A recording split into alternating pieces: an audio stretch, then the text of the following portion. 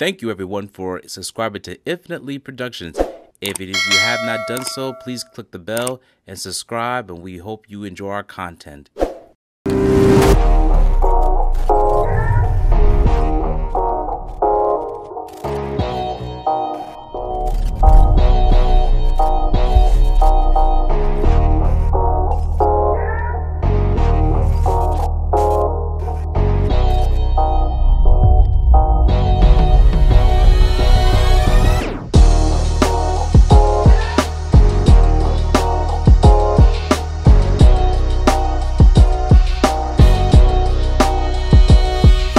I see two guys in suits. I don't need to see a badge. I see the suit and the shoes. I knew exactly who they were, FBI, right?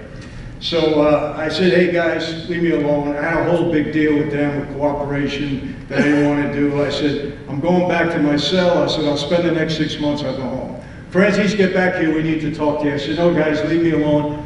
Get back here, it's important. Now I'm thinking maybe something's up with my family. What happened? So I go back into the office. I said, what do you guys want? They said, let me ask you a question, Mike. How long have you been down? I said, I've been down 8 years. You guys know that. You put me here. They said, well, you claim you turned your life around. We're going to give you an opportunity to prove it. I said, what do you mean? They said, Major League Baseball, the NBA, NFL, NHL are getting together to do an anti-gambling video. You know, I had a couple of bookmakers working for me on the street. They said, you know better than anybody the problem that we have in professional sports. We want you to come and participate in this video and tell the athletes exactly how they get set up and how they can avoid problems. I said, guys, you've been telling me all this time I'm going to get killed. Now you want me to do a video? I said, this has got to be a setup, right? I said, I don't do videos. They said, no, it's legit. I said, I don't do videos. They said, listen, if you do this, agree to do this, we're going to take you out of here for 3 days. We're filming it in Chicago. We got a nice room for you, king-size bed. They said, go downstairs, take a dip in the pool, you're not going to escape. They said, order room service, pasta, macaroni, whatever you Italians eat. They said, have them all. Who's better than you for 3 days? I say, hey guys, I'll tell you what, I've been down 8 years.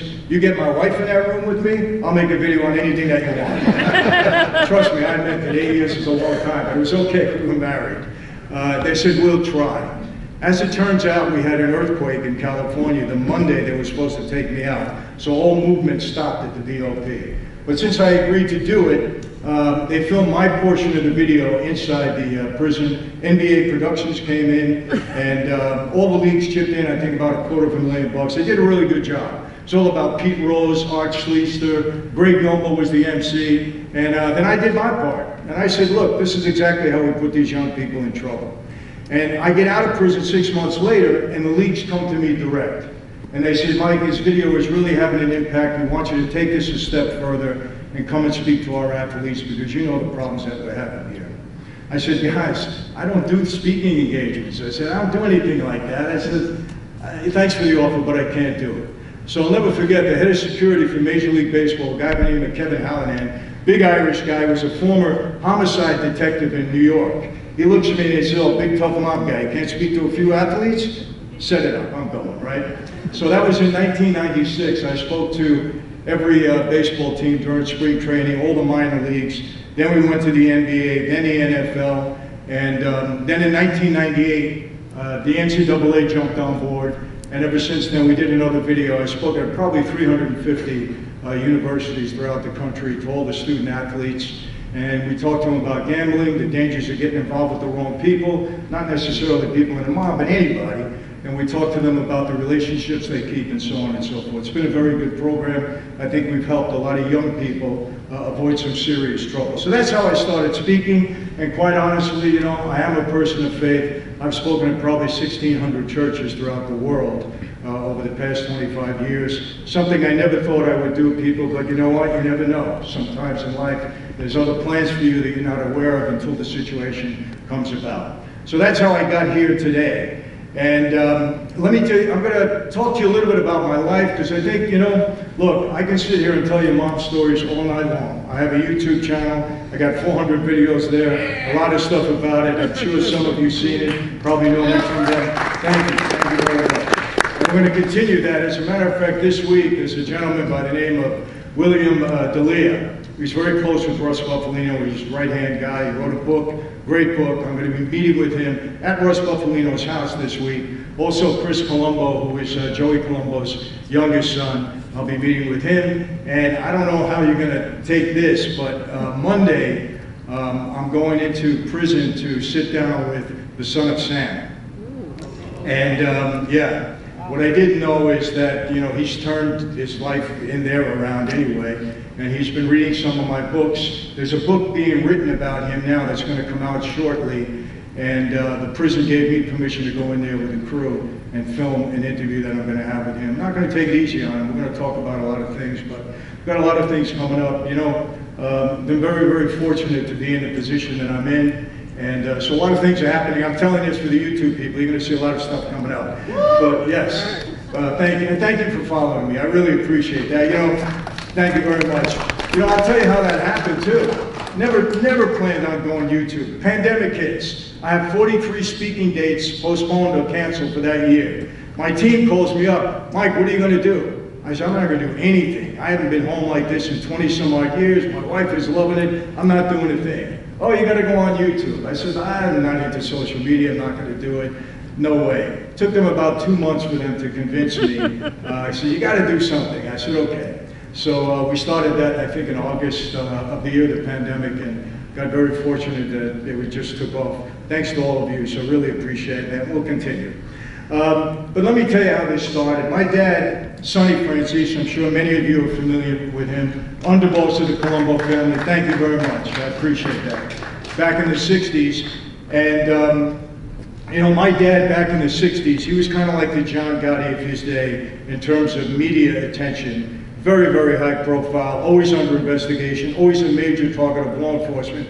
And I can tell you this, I grew up probably a lot differently than everybody in this room today. I grew up hating the police, hating the government, hated law enforcement. And not because my dad taught me that way, he was smart, taught me to respect the law. But it was really because of what I witnessed as a kid growing up. Law enforcement tactics, techniques against organized crime, very different back then than they are today. Today everything is very covert. Undercover informants, high-tech surveillance equipment, cameras all over the place. Today you can be under investigation, not really know about it until it's too late. Back in my day, when you were under investigation, they wanted you to know about it. And for a period of about 10 years, when I was a kid growing up, Brooklyn, later on Long Island, my dad's under investigation from 7 or 8 different agencies. FBI, IRS, Queen Detective, Nassau County, Brooklyn, you name it, they were on him. Every one of these agencies had a car parked around my house, 24 hours a day, 7 days a week. They had us going on all sides. I was one of 7 kids. Whenever we left to go anywhere, we had a parade of law enforcement vehicles following us. Everybody knew when we were coming into town. And I witnessed some things that were kind of unpleasant. You know, every once in a while they got out of hand. They did some things that were pretty, you know, off color. I'm 10 years old, playing ball in the street. We live on kind of an incline. Kid throws a ball, goes over my head, rolls down to where 2 agents were sitting in the car. One guy gets out, you know, big burly guy, he's got a suit on, stops the ball with his foot. I get up to him and he said, sir, can I have my ball back? He looks at me, pulls his jacket aside, he's got a gun in there, and he said, this is for your old man one day. That's scary stuff when you're 10 years old. Another time we go out to dinner, sit down, having a bite to eat, the whole family, they would follow us, sit at the table behind us, watch us eat, right? So one particular night, again, agent gets out of hand, comes by my table, makes a nasty remark to my dad, loud enough for everybody to hear. He didn't like that. You don't disrespect my father, especially in front of his family. Dad jumped up, went right after the agent. Agent got scared. My dad is a tough guy. Pulls out his gun right in the middle of the restaurant. I'll never forget my dad's word. He said, go ahead, I'll drop you before you get off the first shot. Good stuff when you're eating, right? Everybody was screaming. Me and my brother jumping between them, separate them, pull them apart. You know, normal stuff you do when you were a kid. And so I didn't like them very much back then. But I want to make this very clear right now. You know, I don't feel that way anymore.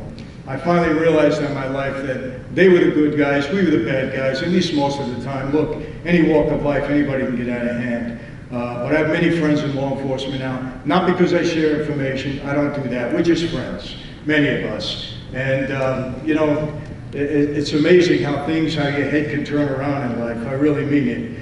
And for me, it certainly was a transformation in that regard.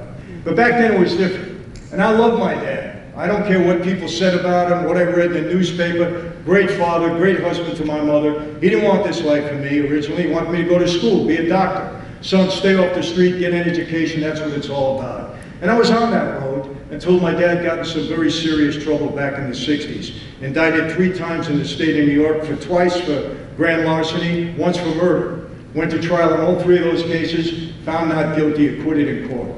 But then in 1966, my dad was indicted in federal court for masterminding a nationwide string of bank robberies. Went to trial. After a lengthy trial, he was convicted. In 1967, my dad was sentenced to 50 years in prison. Longest sentence for a bank robbery conspiracy case ever given up to that point. 1970, he loses all his appeals. They ship him off to Leavenworth Penitentiary in Kansas to do his time. And I was devastated.